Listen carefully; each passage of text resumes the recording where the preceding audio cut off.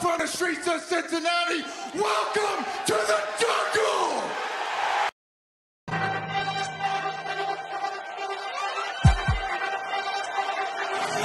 Let's go. Stripes, stripes, stripes, stripes, stripes, stripes, yeah. Stripes, stripes, stripes, yeah. Stripes, stripes, stripes, yeah. Orange in the day, black in the night. Stripes in our veins, sparks gonna fly. The beast is awake, orange, black and white. Cause when the jungle come alive, who day we ignite and Cincinnati, we gon' rise and in the jungle we unite and dripping orange and black and white. Who day when we fight, live and die in these stripes. Wake up the beast, every day is a feast. Time to bust it off the leash. In the jungle dripping heat, tigers stripe the city streets. East side stand up, west side stand up. If you reppin' who day, time to put your hands up. Bingo stripes, we in it. New day, new age, yeah, we get it. Cincinnati jungle fitted. Who day in our house, we win it. Orange and black and white, we build it. Earn our stripes, you know we kill it. Bleed our colors, jungle dripping. Nasty, natty, yeah, we lit it. Lit the crowd, get the city loud. Yeah, we feasting now. Fit the pounds, make the city howl. Now we beastin' now. Thunder through the tunnel, from the sideline to the huddle. Stripes we tatted on the jungle when we flex that who they muscle on them. Stripes, Cincinnati, we gon' rise and in the jungle we unite and dripping orange and black and white. All day when we fight, live and die in these stripes. Stripes. Now who gotta move like it on? Stripes. Now who wanna move crossing on? Stripes. Now who wanna move on? If you got stripes and you let the city know you rock 'em, yeah we got 'em, yeah we fought 'em. Like that black and orange up on 'em, bingo bottle, never stop it till the beast of beast and know who they rockin' with the diamond stripes, flossing on the ring. Cincinnati, she's our queen, we gon' show the world who king. Orange in the day, black in the night. Stripes in our veins, sparks gonna fly. The beast is awake, orange, black and white. Cause when the jungle come alive, who day we ignite and Cincinnati, we gon' rise and in the jungle we unite and dripping orange and black and white. Who day when we fight, live and die in these stripes. Now who gotta move like it on? Now who wanna move crossing on? Now who wanna move on? Who day when we fight, live and die in these stripes. Hey guys, what's going on? Welcome to the show. This is Sports with Strawberry Ice. I'm your host, the Iceman, Jeff Trunapole. And the song, as always, Stripes is brought to you by Blacklight Productions and Gift Vader. So if you guys want to go find the song, download it on Blacklight Productions channel on YouTube, also on Gift Vader's channel. Check it out. Spread the word. It's an awesome Bengals song. Do me a favor, guys. If you found the show, hit that like and subscribe button. Smash that thumbs up. I'm up to 1,372 subscribers. That is awesome. I appreciate every single one of you guys. Now, as always, if you're watching on Facebook or if you're watching on Twitter, do me a favor. And you have not subscribed, go to the YouTube channel Sports with Strawberry Ice. Hit the subscription button. Hit the bell for notification. And every time I go live, you'll be notified. Also, exclusively in the YouTube chat, we're doing Super Chat. So if you'd like to support what I'm doing, give me a Super Chat. I would greatly appreciate it. Now I'm coming to you live from the Ice Cave. The Ice Cave is brought to you by T Properties. T Properties, quality housing for quality people. Check out their website at www.tpropertiesllc.com for all your rental property management needs and your rental needs. Gift Vader and Blacklights Production got me so hyped up, I'm tongue twisted. I hate when that happens. All right, we got a lot of stuff to get to today. I mean, we got Bengals nominated for Hall of Fame. You know, we'll see if they get in or not. We got David Bell's contract extension. We got the Reds burning, crashing and burning. We had the narrative all week that I've been trying to fight that everybody keeps saying that the reason we lost the game against the Bears is because the play calling, which I give it to you, the play calling didn't help. But I keep saying, if you turn the ball over 4 times, you're most likely going to lose the game. Anyway, let's get to all that and more with my guest today. He is from the Same Old Stripes podcast. He is none other than Willie Lutz. Hello, my friend. What's going on, brother? Not a whole lot. I was listening to some Jack Johnson on the way home, so I got a totally different attitude. Now this Stripe song, I'm all fired up, ready to give everyone some very spicy Bengals takes, which with me, they'll probably be a lot less spicy than you're expecting. So temper your expectations. We're going to keep it nice and positive today. It's Steelers week, everyone. We got another team we got to hate. We can't hate our own team this week.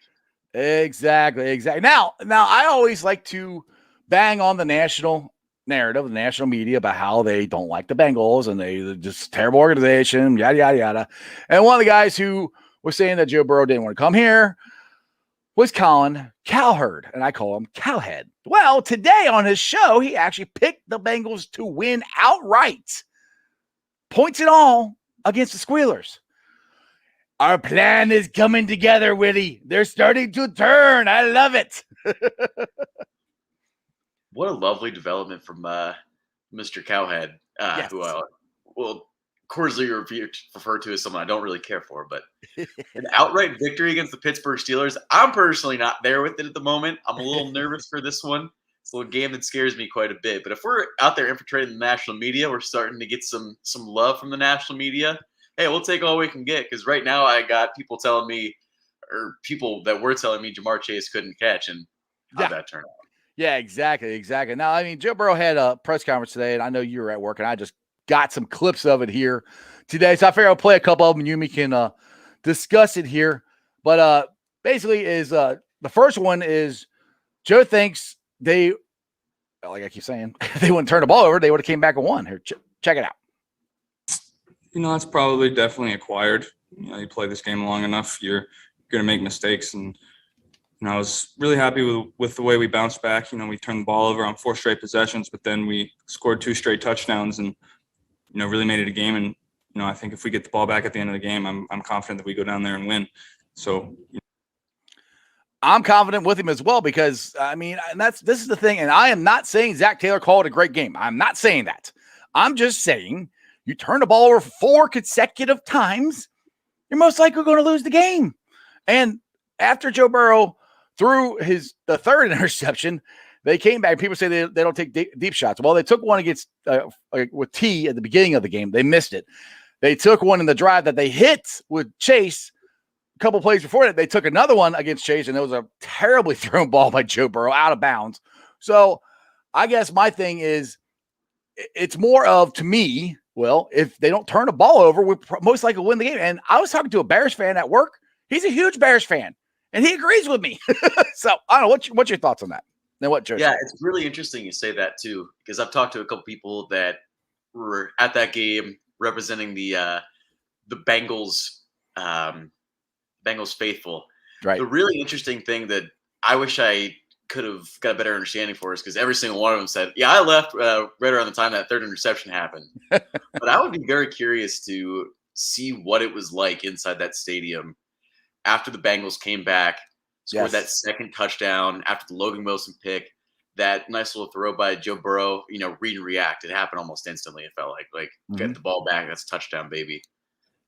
I would love to have known what the atmosphere was like inside of Soldier Field at that point, because you just imagine like how I was feeling at home as soon as they got that second touchdown, and I didn't really see Justin Fields moving the ball very well. He didn't do anything except for run. Win. Yeah, Justin Fields, where's he going to go? He's going to, what?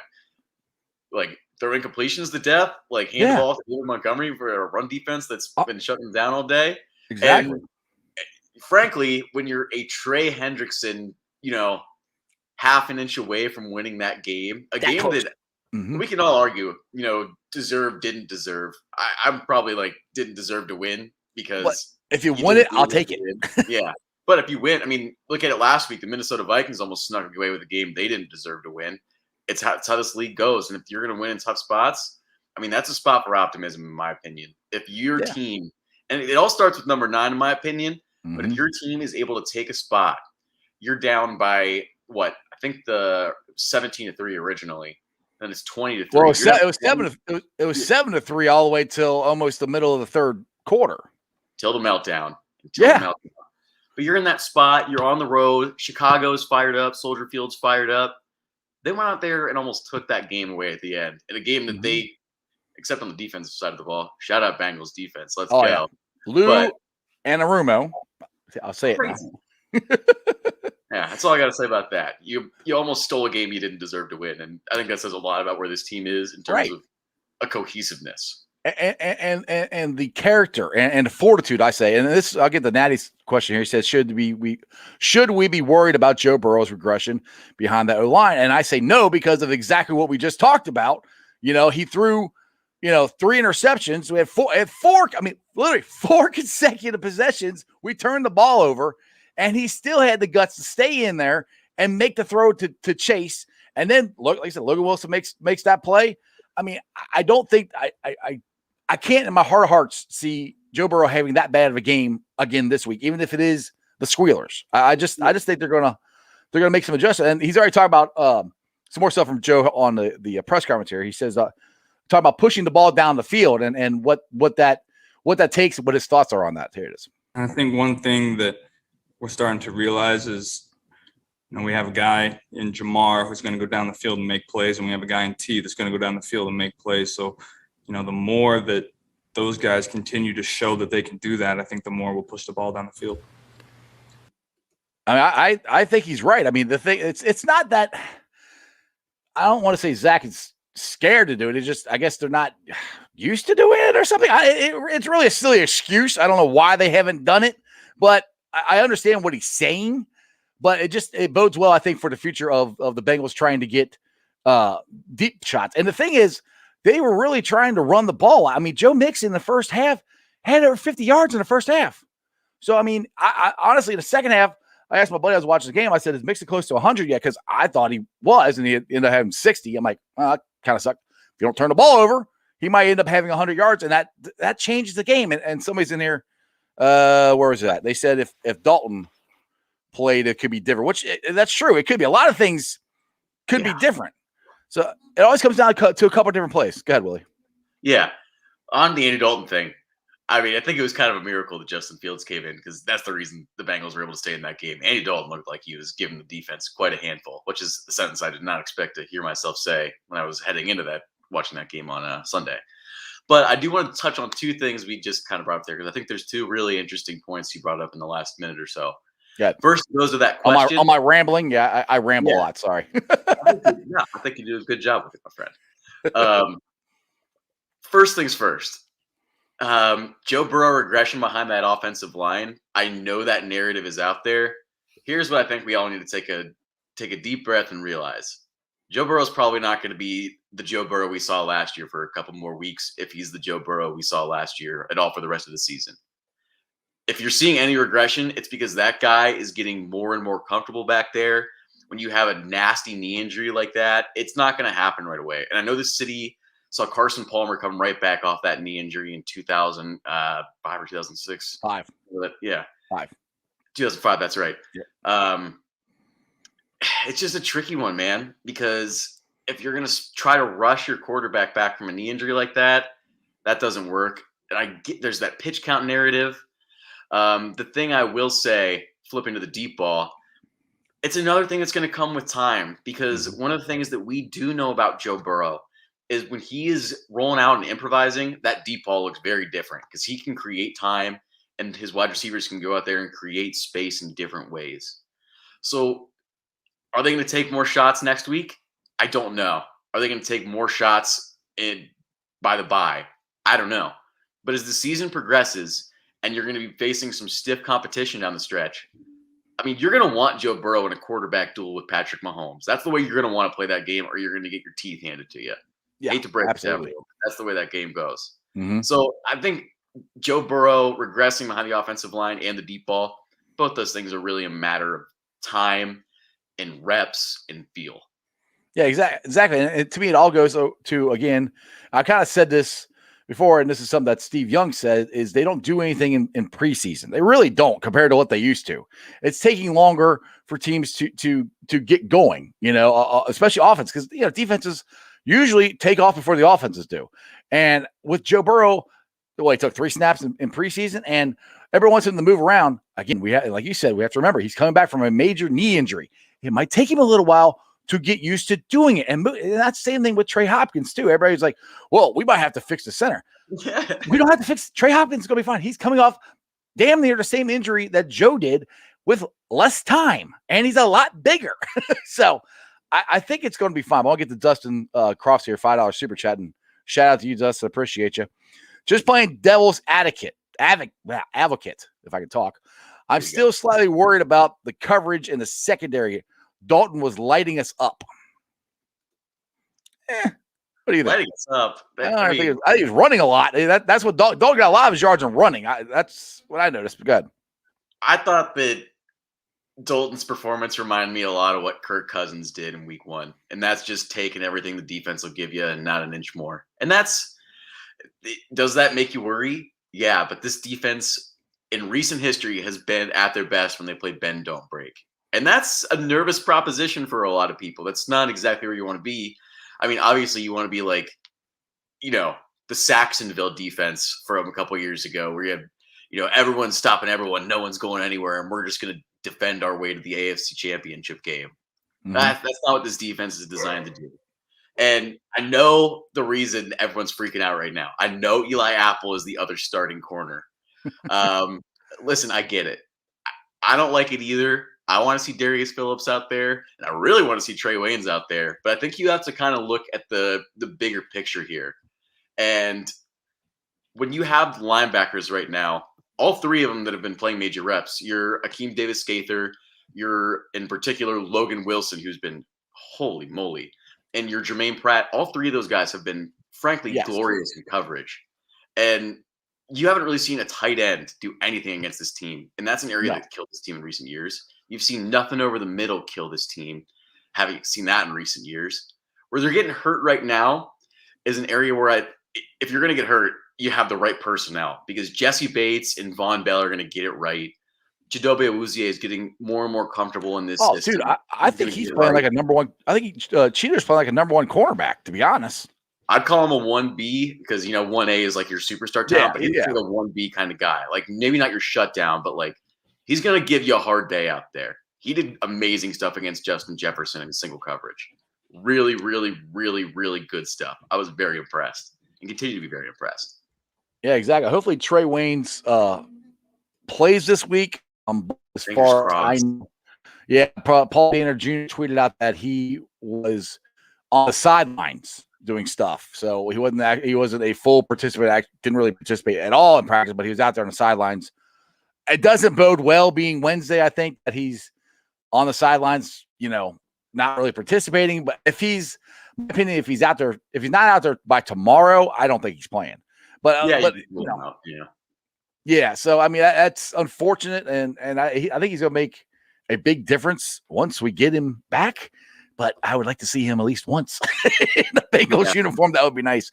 And I'll get to Royal Flush Terry, you're first.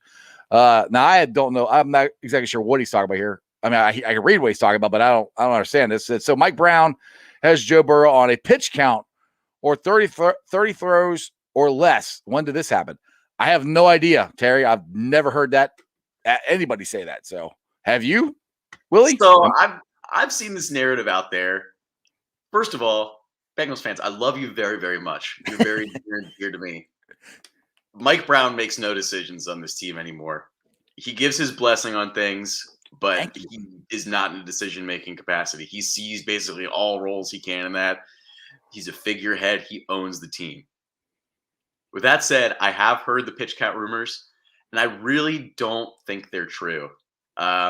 Here's where I think that kind of is getting implemented. Early in the 2021 season, I think you're going to continue to see a heavy dose of the run game and a lot of that quick passing game. And that's just really it goes back to what we talked about earlier. He's recovering from a major knee injury. You don't want him taking 50 dropbacks a game because, frankly, that's a terrible formula to win football games. Well, that's what everybody complained about last year of him doing that. Now they're upset that he's not. Like, oh my God. Anyway, I mean, you're paying a running back $12 million and you have two bookend tackles and you got a lot of question marks in the middle. So if you don't have the best answers in the world on your interior line, which is still a problem point, by the way, Trey Hopkins, big step forward, but just you can't put your quarterback out there for 40 to 50 dropbacks a game and expect good things to happen. I think the pitch count narrative only comes from it's not what it looked like in 2020. And credit to Zach Taylor there. I'm very glad that's the method. Right, exactly. Now let's get back to I guess the game plan. I think honestly the game plan with the Bears was the same game plan against the Vikings. And it was the same. They wanted to be run heavy and take a couple shots. But like I hate to keep saying this, but when you turn the ball over 4 times, it's hard to do that. So that and the thing is, Bengals fans have got to give the Bears front 4 credit. They're really, really good. And they're the most expensive front 4, I think, in all of football. So they are. The way they played against the Rams, the Rams have a veteran quarterback. I know it's his first year in LA. Matthew Stafford is still a veteran quarterback. And people thought he wasn't that good in Detroit are crazy. I thought he was a very good quarterback. He just didn't have anything around him. They got a veteran quarterback, a veteran coach, veteran wide receivers. It's a veteran team. They took their shots. They took advantage of it. We have a second-year quarterback. No matter how great Jackpot Joey Burrow is, we have a second-year quarterback who's coming back from a major knee injury. We got our 2 best wide receivers is a rookie and a second year. They're young. You're going to have to go through the growing pains of some of the stuff that we didn't go through last year because Joe got injured. Now, I think it's going to change quickly. I think they're going to get through this, and that's what's kind of good. Once we get through these first 3 games, we got the Jaguars on Thursday, then we got the Packers, and then we got the Lions. So it gets a little easier other than the first 3. So if we could come out of these first 3, I'm hoping we're at least 2-1. If we're 1-2, it's still not the end of the world because, again, we're all 1-1 in the division. So, that bodes well for the Bengals to stay in this. So the narrative where everybody wants to fire Zach Taylor right off the bat is ridiculous. And I'm not saying Zach Taylor is the greatest coach ever. I don't know. I think this is the year we're going to find out. There is no reason that he can't find out what kind of coach he is as long as everybody stays healthy. Now, the other question is this week, and I'll be shocked either way, but I have a feeling there's a very good chance that Jackson Carman is going to make his first starts in the NFL. I think that's the way it's turning because Surfili hasn't played that well. He really hasn't. Spain's played okay. Surfili has not played that. He's probably been the worst offensive lineman on the team. Oh, yeah. So with the injury, there's Jackson's opening. Now, starting against the Squealers the first week, that's still a big get, but you got to play him twice a year if you're going to be the starting guard anyway. So what's your thoughts on Jackson Carman and his possibility of him starting this week? So when I think about it being against Pittsburgh, I do have a little bit of turn in my stomach. The one thing I will say, and I think this is a big benefit to the Bengals. I'm just going to double check this real fast. Yeah, I don't think you're going to have Stephon Tuitt clogging the middle. I think you're looking at dude, I don't believe this. I don't believe the Squealers. I plan on all of them playing. Yeah. I don't trust them. I plan on all of them playing, except for the guy who's getting ankle surgery. Other than that, he's not. Deontay Johnson won't play. Just for everyone, he's not practicing this week. Big Ben's gonna play. His boob hurts. He's gonna play. He'll be fine. That's Big Ben for you. It wouldn't be a Bengals Steelers game if Big Ben wasn't hurt going into it. Yeah, his boobie hurts, but he'll be fine. My thoughts on Carman in particular. If not now, who did you really draft? That's the question I think this team has to ask themselves. If Xavier Su'a-Filo is hurt and not playing at the top of his game, why don't you just go ahead and give Jackson Carman the start? Because, can it be any worse? Yeah. Can it be any worse than what we got? That's kind of where I'm at. And here's what I like about the idea of it too. This is a guy that is one of the better college linemen that's come out in terms of, recruiting in the last couple of years, and was a part of a national championship team at Clemson during his freshman season. This is a guy that was trusted as Trevor Lawrence's left tackle for 3 college football playoff runs at Clemson. Mm-hmm. If you don't trust him as your right guard after 2 games and all this development, all this preseason stuff, hiring Frank Pollock, what are you going to do? Cut your losses? I mean, I'm of the mindset that you got to try it, because if Xavier Su'a-Filo is going to look like what he's looked like, which is, a backup guard for most teams in the league, if not every team in the league, I want to see Jackson Carman out there. And, maybe it's a situation where Jackson Carman goes out there, he doesn't look awesome, and you got to throw him on the bench because that's the reality of the situation. But at least you tried it, and at least it was something different, because right now it's not working. We just watched friggin' Akeem Hicks bully Xavier Su'a-Filo. Now, Akeem Hicks is no joke, so it's not like he's just. But yeah, the guys are going to not going to get easier, man. Right, exactly, yes.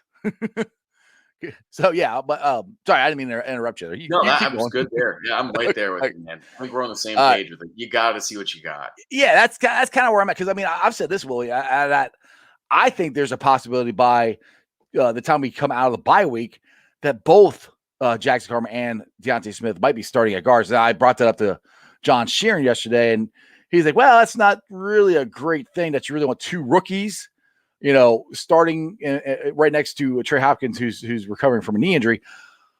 But if they're really good, which I mean, in my heart, and it might be with my orange sunglasses on. I got to put these on here real quick. There we go. All right, so if me talking with my orange sunglasses on, if these guys are as good as I think they are, they're going to maul some freaking people.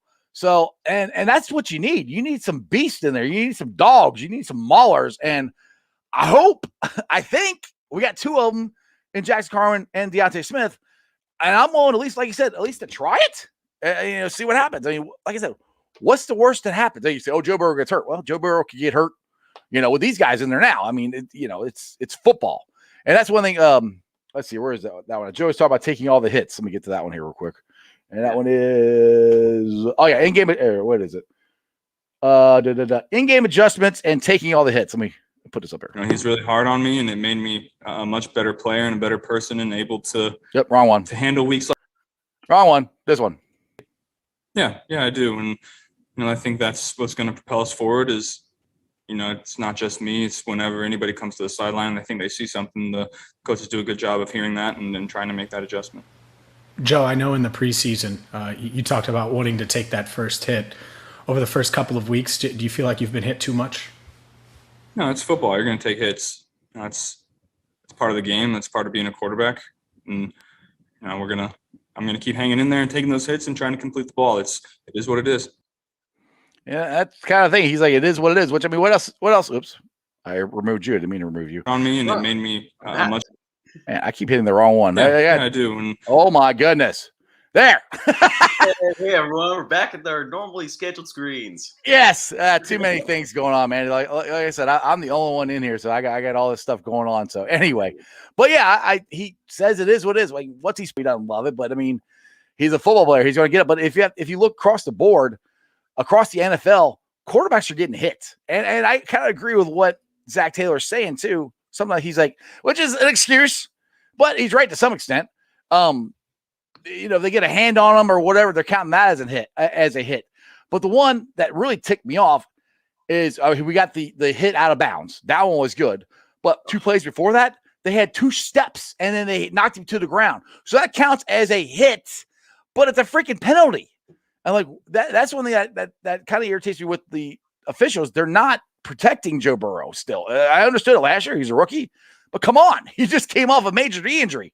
Let's try to protect the guy a little bit. And the in-game adjustments, I like what he said, that he has pretty much anybody on the field can come in and say something, and the coaches will listen to him. So there is in-game adjustments from T. Higgins to Joe Burrow to Zach Taylor. And again, I'm rambling on, Willie. Go ahead. Sorry.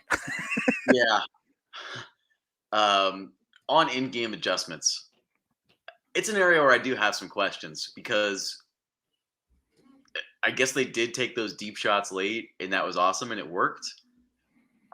On the flip side, in an area where I normally would take a coach's back and not a rookie, Jamar Chase seemed to point it out a long while before they made the adjustment. He was right. T. Higgins saw the same thing. Joe Burrow saw the same thing, and they didn't change. Now, granted, I think you're making a really good point, because that interception, or those 3 interceptions and T. Higgins' fumble, really changed the narrative and the course of that game. So, with that said, when you have those moments in the game, you don't really get to see the in-game adjustments where you want to see them. It happened right in the meat of that, third, fourth quarter. And that just totally derails everything you want to do going forward. It Right. changes where the game is going. It changes the tempo. It changes the flow. It changes what plays you feel like you can call to get the offense back in a rhythm. It's just a tough spot to be in. I struggle with the in-game adjustment portion a lot with Zach Taylor on this particular week, but I'll give him a lot more benefit of the doubt than a lot of people are willing to give him this week. And I had to pop that one up there real quick. Man, I totally lost my train of thought. Regardless, Zach Taylor, I think he has the hottest seat in the league. But at the same time, I'm not like first coach fired kind of hottest seat in the league. We all need to tap the brakes a little bit on that, give this thing a little time, because I know no one's that patient, but give it some time. Yeah, I don't know if I say the hottest seat in the league. I think the hottest one is Joe Judge for the Giants. That's pretty close to. Yeah. Yeah. They're 0-2, and they've been 0-2 for 5 years, I think. And Danny Dimes is not looking that good. And either way, it doesn't. I don't see Zach Taylor getting fired tomorrow. Nah. And that's the narrative. I think that's got to get out of here. Hold on, here. Jackpot Joey, Matty Myers, wants to give you a hat, so you need to get with him later. He wants to hook you up with a Jackpot Joey hat. So I'm easy to find. I got big hair, so big hair. Those guys with big hair out there, it's probably me. He's right there, Willie Lutz, same old stripes. You can find him there. And then he says he wants to make an announcement. So I don't know. Sure, go ahead, Maddie, make your announcement and type it in or whatever. I don't know what announcement you want to make, but go for it. All right, now let's try to get this last one from Joe, and hopefully I got it queued up, and I won't mess it up this time.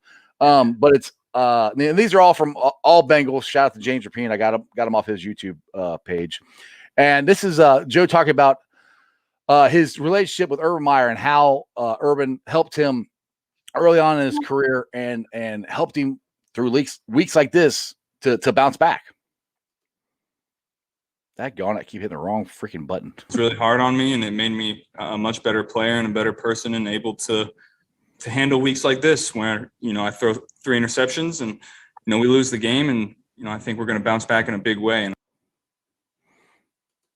so hi, Willie. How you doing? So he thinks they're going to bounce back in a big way this week. And that's what I like to hear. And, of course, you're saying, well, what else is he supposed to say? But I really do think that Joe Burrow, Jamar Chase, they were pissed off about this game. That was more of, I think, the frustration. And I think it was more of a frustration, not towards Zach, toward just the frustration of we can go deep.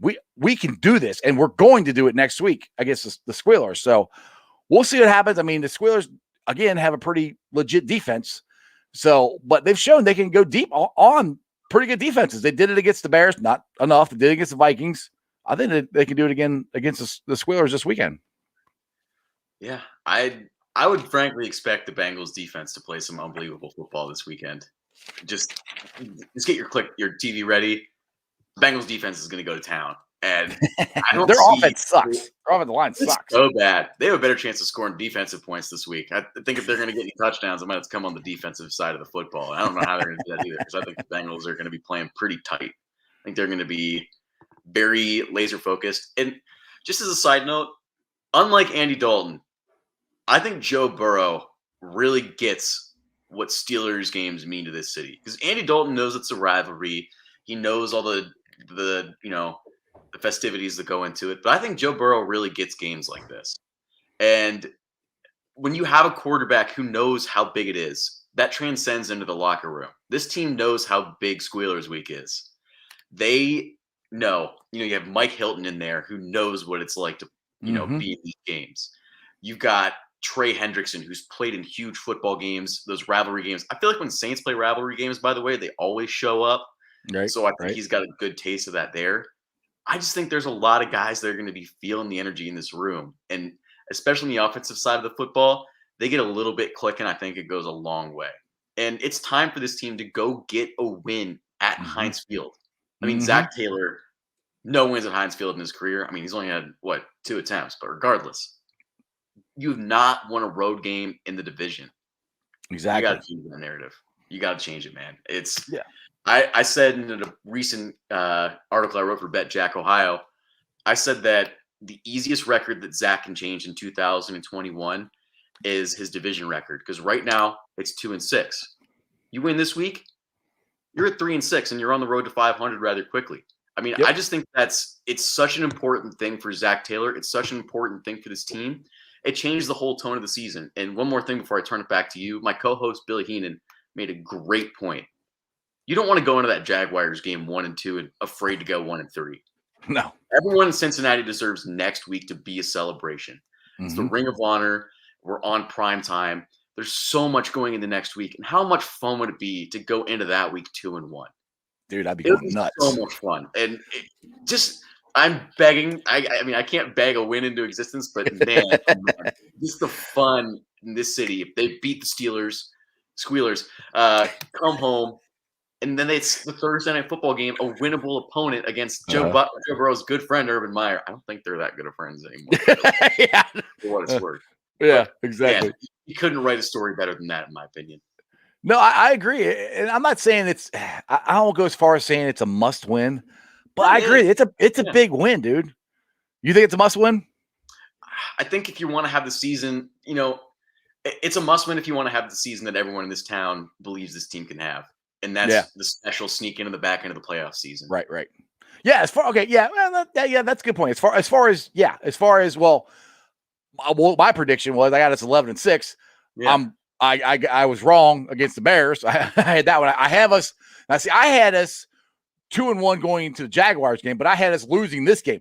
I'll be glad to be wrong. I have no problem with being wrong. If we beat the Squealers in Pittsburgh, I mean, somebody asked me this on my show a couple weeks ago. What would be better, beating them in Cincinnati or beating them in Pittsburgh? I said beating them in Pittsburgh. I'd definitely rather beat them then, because I still remember to this day when TJ Houshmandzadeh and Chad Johnson were on there and we beat him in Pittsburgh, and TJ grabbed the terrible towel and he's shining his shoe with it. I'm like, yeah, that's what I want to happen again. And that's the thing is, dude, if they win this game in Pittsburgh, this could be that statement game saying, hey, you're not going to push us around anymore. You're not going to be the bullies on the block anymore. And let's be honest, like you said, get to your point you said about the defense. I think the defense can knock the crap out of Ben Roethlisberger this game, because he cannot move. He just can't. And their offensive line is terrible. And that's what drove me nuts with the draft. They're like, oh my goodness, the Steelers drafted Harris. Wait, Najee Harris, the running back, isn't that his name?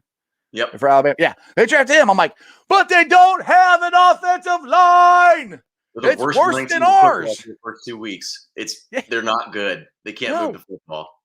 They can't move the football. They can't throw it. I mean, the way our front four is playing now, again, like John Sheeran said yesterday, the Bengals front four have gone against some really bad offensive lines, which has helped, but that's good. They've taken advantage of it. Yeah. Take advantage of it again. And the thing is, take care of the ball. Don't turn it over. And I think we can win this game. I really, really do think I think it's a very winnable game, because just the Steelers aren't that good. And I agree that it's a big statement game, and it's a must. I'll go with what you said. It's a must win as far as if the Bengals are going to go where we all want them to go. Not everybody thinks they can go there. I believe they can, but they got to play better, and they got to stop making the biggest issue is the passing protection, the pickups, the communication. That's the part, and to me, it's fixable. It's got to get better. I am concerned about our blitz pickup with our running backs. This is where losing Gio hurts us. Joe Mixon hasn't done all that great. Piron, those are the things I think needs to be cleaned up this week, big time, for this to actually have a chance for the Bengals to beat the Squealers.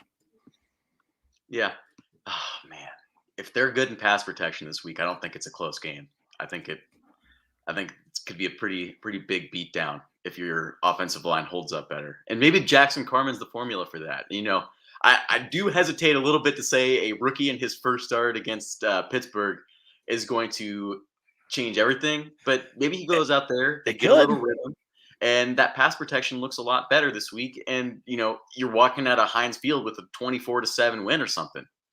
It's on the table. It's not impossible to think about, because if Pittsburgh's not going to be able to move the ball and you're going to win. I'm sorry, but Pittsburgh is dying for this game to be a defensive slugfest. That's what they want. That's their game. If the Bengals go in there and say, hey, we're going to score some points, so you better score, Pittsburgh doesn't want to play that game at all. That's a formula for a loss for them.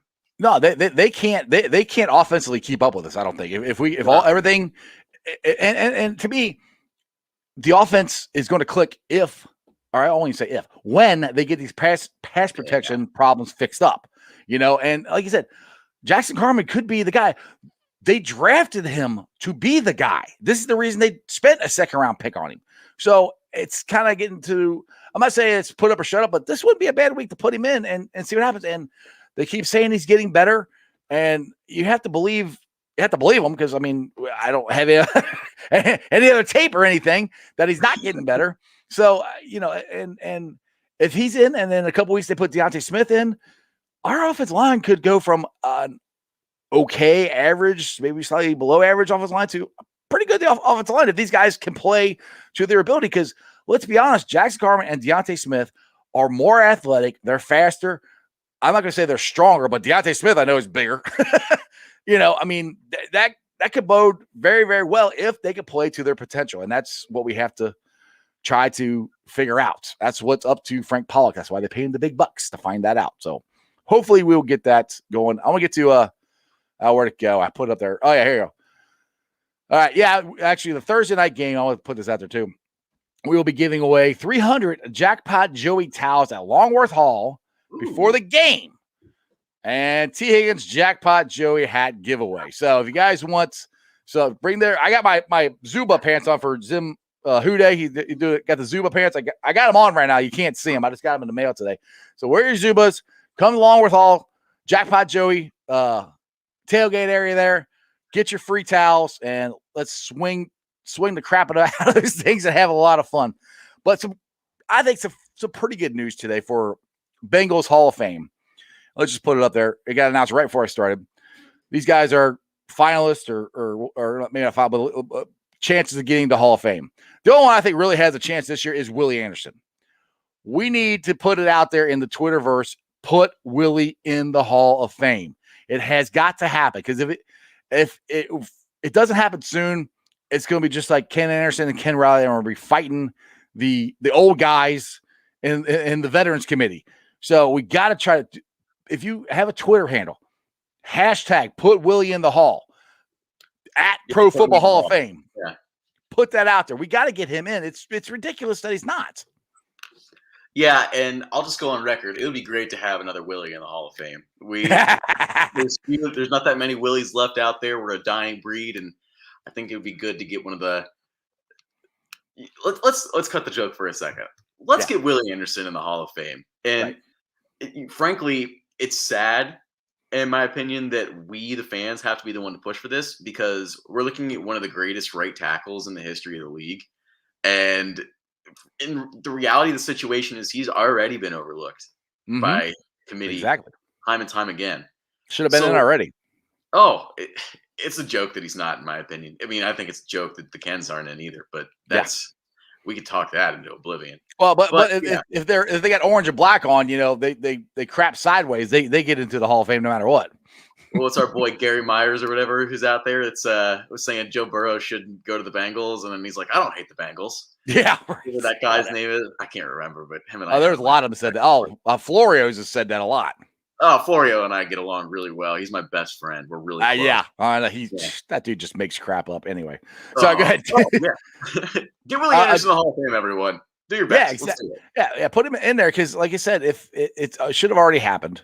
If it doesn't happen soon, it may never happen. And unfortunately, I'm getting to the point. I'm getting a little depressed about the Ken Anderson, Ken Riley thing. That it might not happen. I mean, I hope it does, but we can't make much of a bigger push this summer than we did before. We keep pushing, but the whole thing with that is I don't understand how Ken Riley goes from being a runner-up to not even being on the list the next year. I mean, what is their formula for picking this? And if you listen to when Bengal Jim had the Jungle to the Hall and Willie was up there, he had multiple guys on videos, but the biggest one was Michael Strahan, who's legit Hall of Famer. Not Willie's a legit Hall of Famer, but Michael Strahan had the big voice. He's on Good Morning, ABC Good Morning show, whatever it's called, and then he's also on the Fox He's a NFL regular Sunday Morning. celebrity, baby. Yeah. So I mean, and he had just a rousing support for him, talking about how Willie Anderson was one of the hardest guys for him to play against, and how it's a shame that he's not in the Hall of Fame. So if you're not going to listen to the people that are in the Hall of Fame telling you this guy should be in, then who are you listening to? I know they had this squealer love, and like I said, if they have orange or yellow and gold or black and gold or whatever the hell their colors are, and they crap sideways, they get in. I mean, it's ridiculous. I mean, they're already talking about putting Pouncey in, which I'm not saying Pouncey shouldn't be in, but not before freaking Willie Anderson. Man, it's so past due on it. It's really silly in my opinion, because like maybe I can't do anything about it and you can't do anything about it, but it might be time to look towards a younger set of voters who understand, the non-petty parts of being a Hall of Fame voter. Because I think it's really a shame the way some of these guys seem to have wanted to use their platform and their voice as Hall of Fame voters, because they brag about it, and it's like, I don't know. I just think there's some flaw in the voting system, and I think it's time to get some fresh voices in there, because I think if you're looking at people that understand the game now and understand, the way the game has changed, in particular, Willie Anderson would have been a Hall of Famer a long time ago. Absolutely. All right, let's get back into the chat here. And Jamie's got something about Captain America. She says, what about Evans in pass protection? How's that look? Can he get in there more this week? I mean, as far as I know, he's looked okay at pass protection, but looking okay at pass protection in practice and doing it in the NFL are two different things. And he's barely played. So I can't answer that. You got any thoughts on that there, Willie? Yeah, I do. My good friend Mike, who you can find at Bengals_Sans. Yeah. Everyone loves him. If you don't love him, then what the hell? Joe Mixon has not been as bad as you think in pass protection. It's not been great. It's not Giovanni Bernard, and we're all used to that standard. I mean, one of, if not the best pass protectors in the National Football League. But Joe Mixon's slowly but surely figuring it out, and he's put some pretty good tape out there. I think it's just going to be a matter of in-game reps, which is, again, we talked about with Jackson Carman. It's a little bit of a scary proposition when you're protecting a quarterback with a major knee injury, but I'm begging everyone. I want to see Chris Evans more in the passing game as a receiver. I want to see him get involved a little bit more in the run game and some limited reps in relief for Joe Mixon. But that's more in place of Samaje Perine, who I don't really think I need to see very much more of to learn more what he got. Yeah, he's been kind of disappointing. Again, it's only 2 games, but I want to see what Chris Evans can do. Yeah, someone made a good point that Samaje Perine is good for like 2 20-yard runs a year, and that's about all you get from him. Let's get to Dustin here. He says, I know it's only 2 games. Outside of right tackle, the rest of the line looks the same. Jonah had a pretty bad game on Sunday, according to Bengals said. Yeah, he did. I can't disagree with that. But one thing that Sands did say is the Bears line is very, very good, and there's lots of guys who've had bad games against them. And I mean, you're going to have that. But I don't know if it doesn't look the same, because we at least have 5 established guys. That is better, and I do think our guard play is better than it was last year. Our right tackle is definitely better than it was last year. Yeah, Jonah had a bad game. I mean, like the one play, I can't remember what edge it was, but him and Seraphilia. It was Robert Quinn. Yeah, Quinn. Yeah, they took the same guy and Quinn, and I'm like, hey, go block that guy, and straight to Burrows. That was totally on Jonah. He missed, communicate, and that's what I'm talking about. The communication has got to get better, and that's what it seemed like. A lot of the problems was communication. Nobody picked the guys up that they were supposed to. Yeah, and it's such a development thing, and it's so frustrating. But I mean, you can't tell me that this group would be better with Jim Turner. I'll tell you that. And I think it would look a lot worse if it was the same thing as last year. And Riley Reif, by the way, wasn't amazing last week either, but that guy's been a revelation. But I'll go back to Jonah real quick. One of my bold predictions was that Jonah would be a first or second team All-Pro. In the Vikings game, I saw that. In the Bears game, I didn't. Mm-hmm. But, I mean, he's going to play easier competition throughout the year. And he's looked pretty good against a lot of the guys in the division in particular. I would just give it a couple more weeks on the Jonah Williams worry train. I know that hashtag Team Souls out there, like Souls had a couple nice weeks so far. See, But we should have guys, drafted Souls. Jonathan Williams is a really, really good left tackle, and teams would be lying to you if they didn't say, "Man, I would love for that guy to be on my line." Yeah, I mean, and I'll put this. That's why I kind of keep trying to tell everybody to pump the brakes on. Just like people want to freak out about Jamar not catching the ball, dropping passes in preseason and all that stuff. I was like, just pump the brakes. Let's see what happens. That's kind of where I am with all the issues that we had this week with the Bengals. We had them last week too, but they weren't as pronounced because we won, So it's only week 2.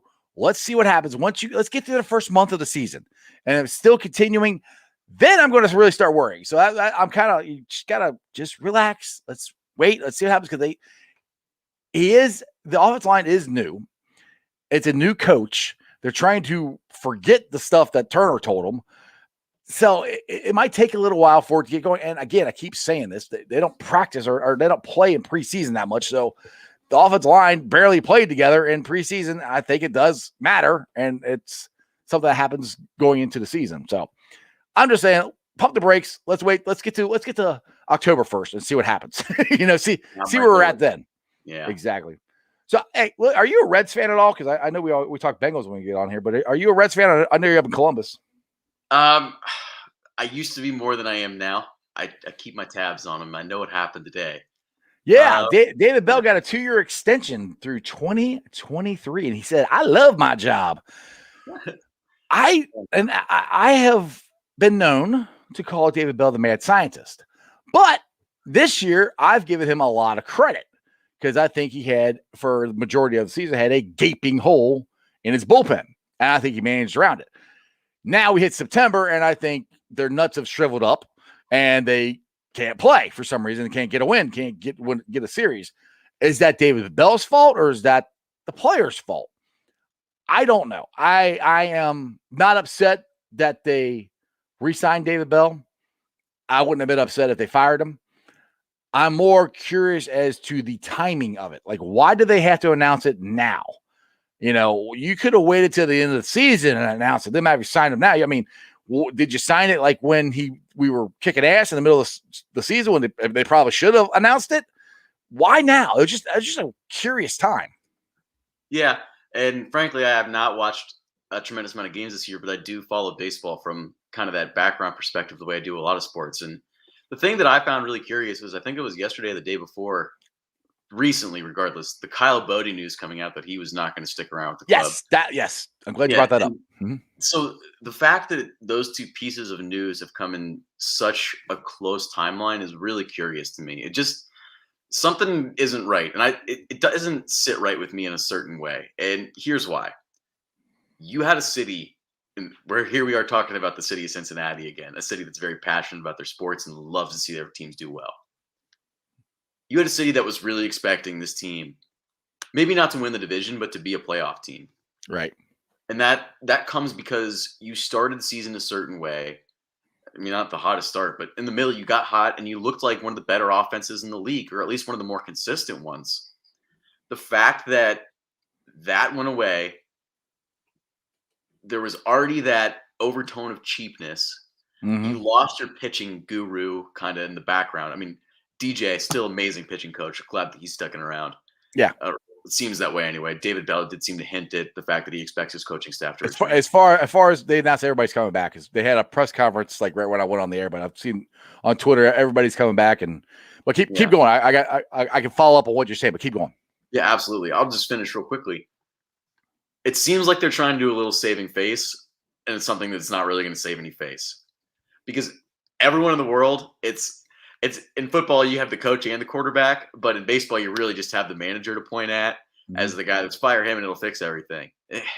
It's never that simple, but it's not going to make anyone quieter, because this town wanted a playoff run.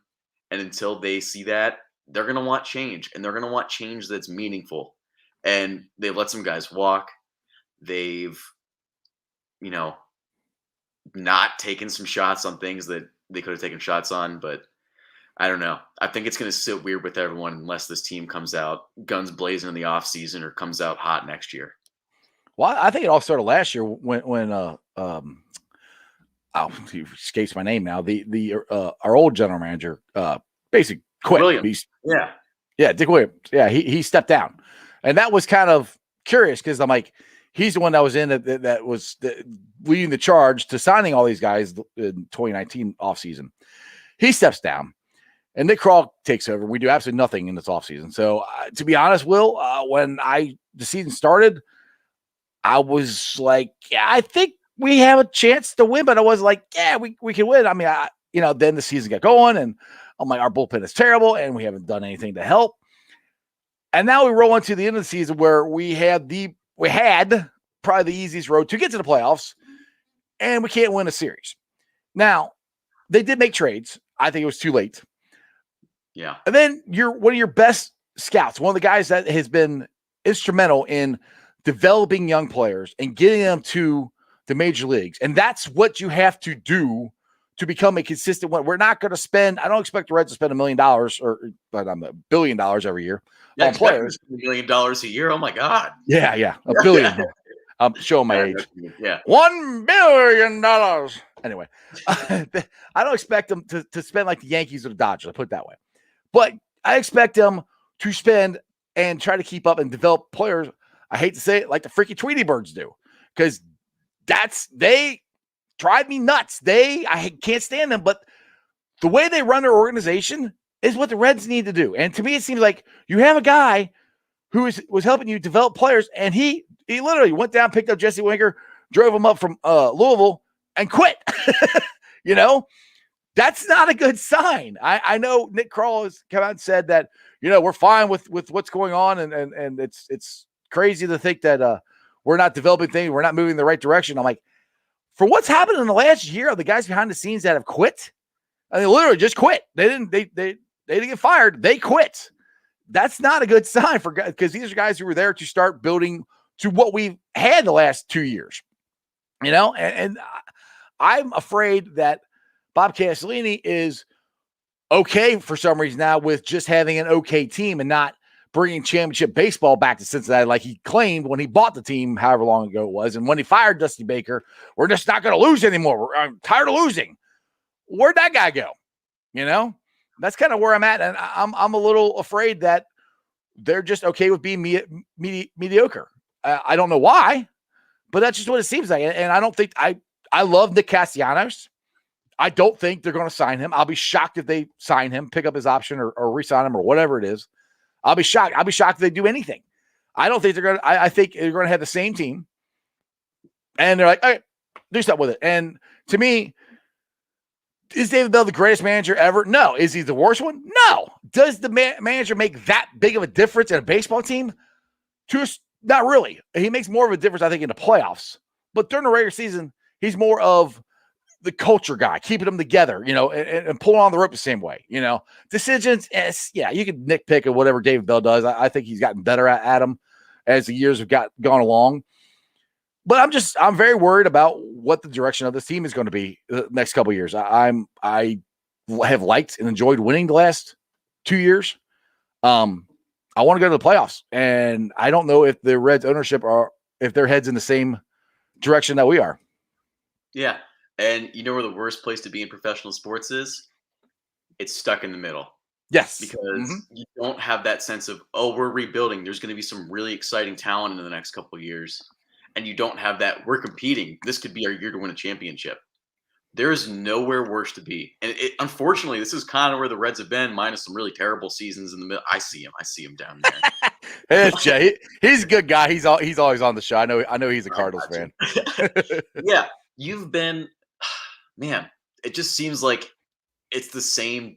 I mean, this year looked a lot more interesting, but it just seems like every year we get the same similar Reds product where, there's a run where you think they might make the playoffs and then it kind of tapers off. And by the end of the season, you're 10 or 15 games under 500. It's going to be a little closer to 500 this year, a couple games over maybe. The way they're playing, they might not be. Like the world's worst ribbon on a season. I guess you could put that one on it. Right. But I don't know. I think what Castellini is doing is really a shame, and he's putting the team in a really bad situation to go forward. Because, I mean, yeah, there's a lot of guys you like here. You like Winker, you like Votto. I mean, I think those are guys that just you want to go see. You'll pay money and you'll put your butt in the seat, and you're happy to pay the ticket because you're happy to take your family out. You're happy to take your date. You're happy to go and just see a ball game. But the bottom line is that's not what sells out stadiums. And Not in Cincinnati. around Major League Baseball, people aren't going to game like they're just not. It's not the same vibe that it used to be because the product is just different. If you're not winning, and especially if you're boring and not winning, you're not going to draw a crowd, and that's not how you're going to make money. You're going to be in the middle forever. And no one wants that. It's so boring to be in the middle. I'm telling you.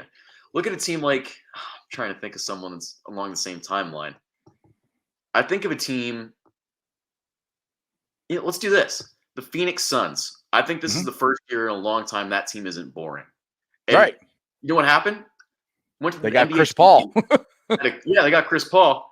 But it gives you an example. You inject a little life into that. They made a move. They made that aggressive move to bring in someone with some star power who's been there before. And this Reds team hasn't done it. I love Nick Castellanos, but he's not been there before. And he'll be the first person to tell you he hasn't been there before. So I just wonder about where the whole situation with the ownership is in that capacity. Because guys, in terms of the people that are smart and know baseball, don't seem like they want to be there. Like they're looking for ways to get out, and that's the scarier part to me right there. Is the guys like we have Reds players leaving. We don't want, and we have the guys who put them and help develop them. They're leaving, and it's not like they're like the Reds. Some guys are free agents. Well, they're leaving to a better deal. These guys are just quitting. I'm not sure they get another job somewhere, but they're just quitting. That's not good. Devontae wants to know, can the Reds still make the playoffs this year? Mathematically, yes, but they're 3 games out. If the Cardinals win, the Tweety Birds win today, they're 4 games out, aren't they? Or 4 games out now, I think. So yeah, it's yes, mathematically yes, but they're not going to. I think Bengals trade for Aaron Rodgers. Yeah, they could, but it's not going to happen. right, exactly. And she says we're beating Pittsburgh on Sunday. Exactly, I agree. Let's tidy up this Reds conversation here real quick, and then we'll get the heck on out of here. The Reds, and the thing that drives me nuts is the Reds have young players. You know, they have Jonathan India. They have Jesse Winker. They have Hunter Green in the minors. They have Nick Lodolo in the minors. They have these guys that are ready to come up. It's like they're already here. India's already here making a difference. They have these 2 young pitchers coming up. So it's not like the farm system and the talent isn't there. And that's what drives me even more insane is we went through the crappy 5 years or whatever to get to where we have players ready to come up and be productive Major League Baseball players, but you have to be able to spend some money to keep players in there with them. You can't just have a couple guys and that's it. Because I mean, that's what we had when we had Barry Larkin and Ken Griffey Jr. when Carl Linder owned the team. We had 2 players and that was it. He expected everybody to show up. I'm like, no, that's not the way this works here, dude. We want to win. I'm like, I know you weren't around for the Big Red Machine. I barely was. I was born in 75. We've all heard about the Big Red Machine and how great that is. That's not that'll ever happen again, but that's what you have to live up to. That's what Reds fans want, you know, and that's what they expect. Not to be, I'm gonna go down there and have a $5 beer and watch Joey Votto and tell he's retired. Like I love Joey Votto, but I want to win, and I think most Reds fans do. So that's where I don't. It just goes against everything that Bob Castellini has said publicly. But actions speak louder than words. Anyway, Willie, you've been over an hour. I appreciate you as always coming on. Tell everybody about your podcast, your articles, and everything you got going on. Yeah. So first of all, just make sure you guys subscribe to Sports with Strawberry Ice before I do my whole plug. He's got a great thing going on here. I'm sure most of you guys do. You keep coming back. You know what the deal is.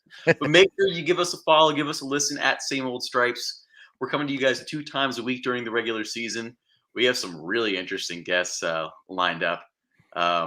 Men that wear stripes. Same old. I know you're doing so much better getting guests than I am. I gotta get some emails. I gotta find people's emails here. I don't know what. I think it's just I've learned how to phrase an email to where I sound like the nicest person in the world, and then they talk to me like, "Oh, there's the guy with the long hair." Oh, it's you. Damn it. I didn't want to talk to that guy. Guy's just going to want to talk about fish for 25 minutes. I hate this show.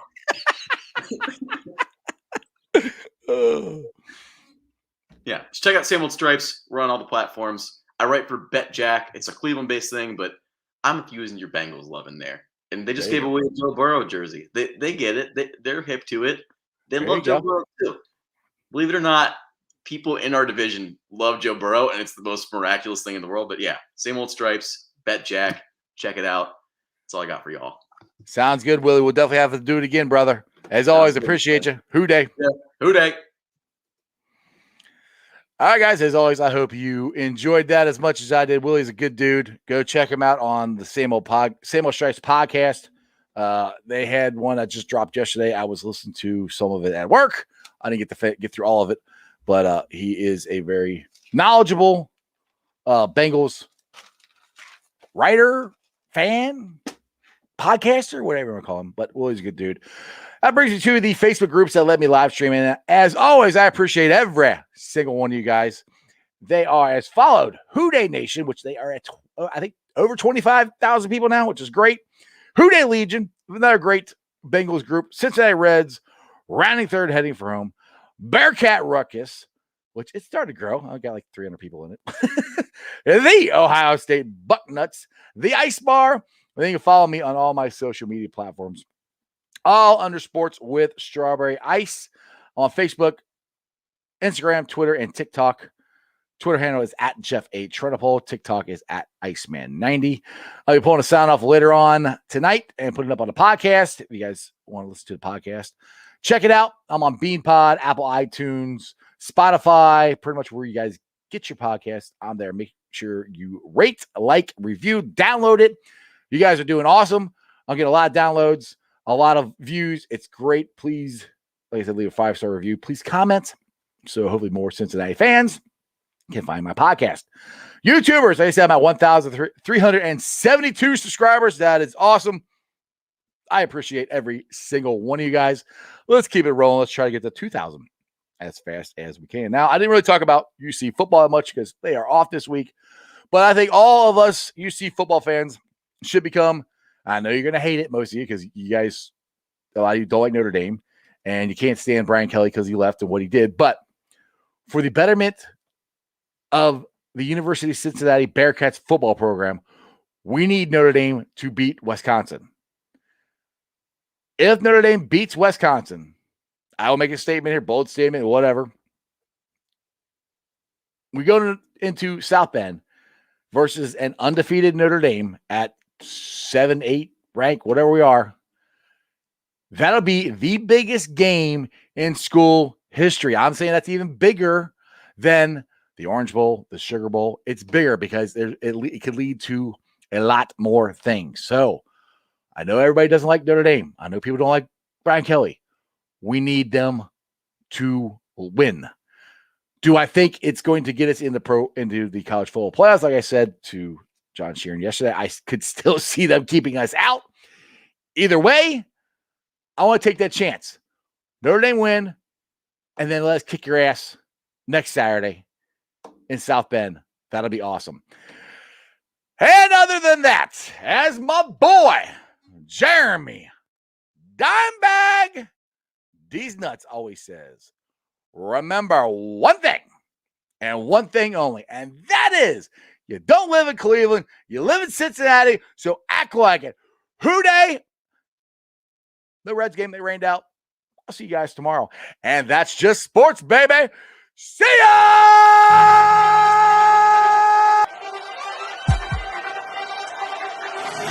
Let's go.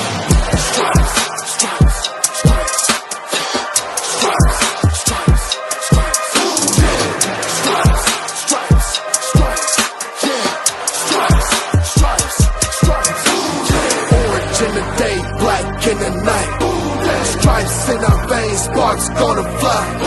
The beast is awake, orange, black and white. Cause when the jungle come alive, who day we ignite in Cincinnati, we gon' rise in in the jungle, we unite in dripping orange and black and white. Who day when we fight, live and die in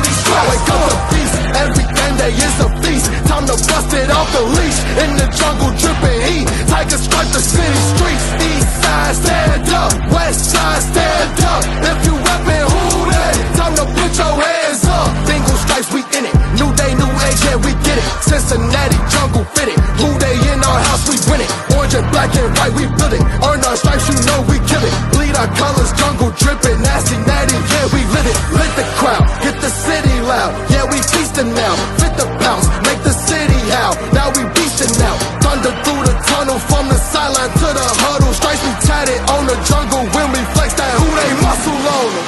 Stripes, Cincinnati, we gon' rise and in the jungle we unite and drippin' orange and black and white. All day when we fight, live and die in these stripes. Stripes. Now who gotta move like it on? Stripes. Now who wanna move crossing on? Stripes. Now who wanna move on? If you got stripes and you let the city know you rock 'em, yeah we got 'em, yeah we fought 'em. Like that black and orange, I'll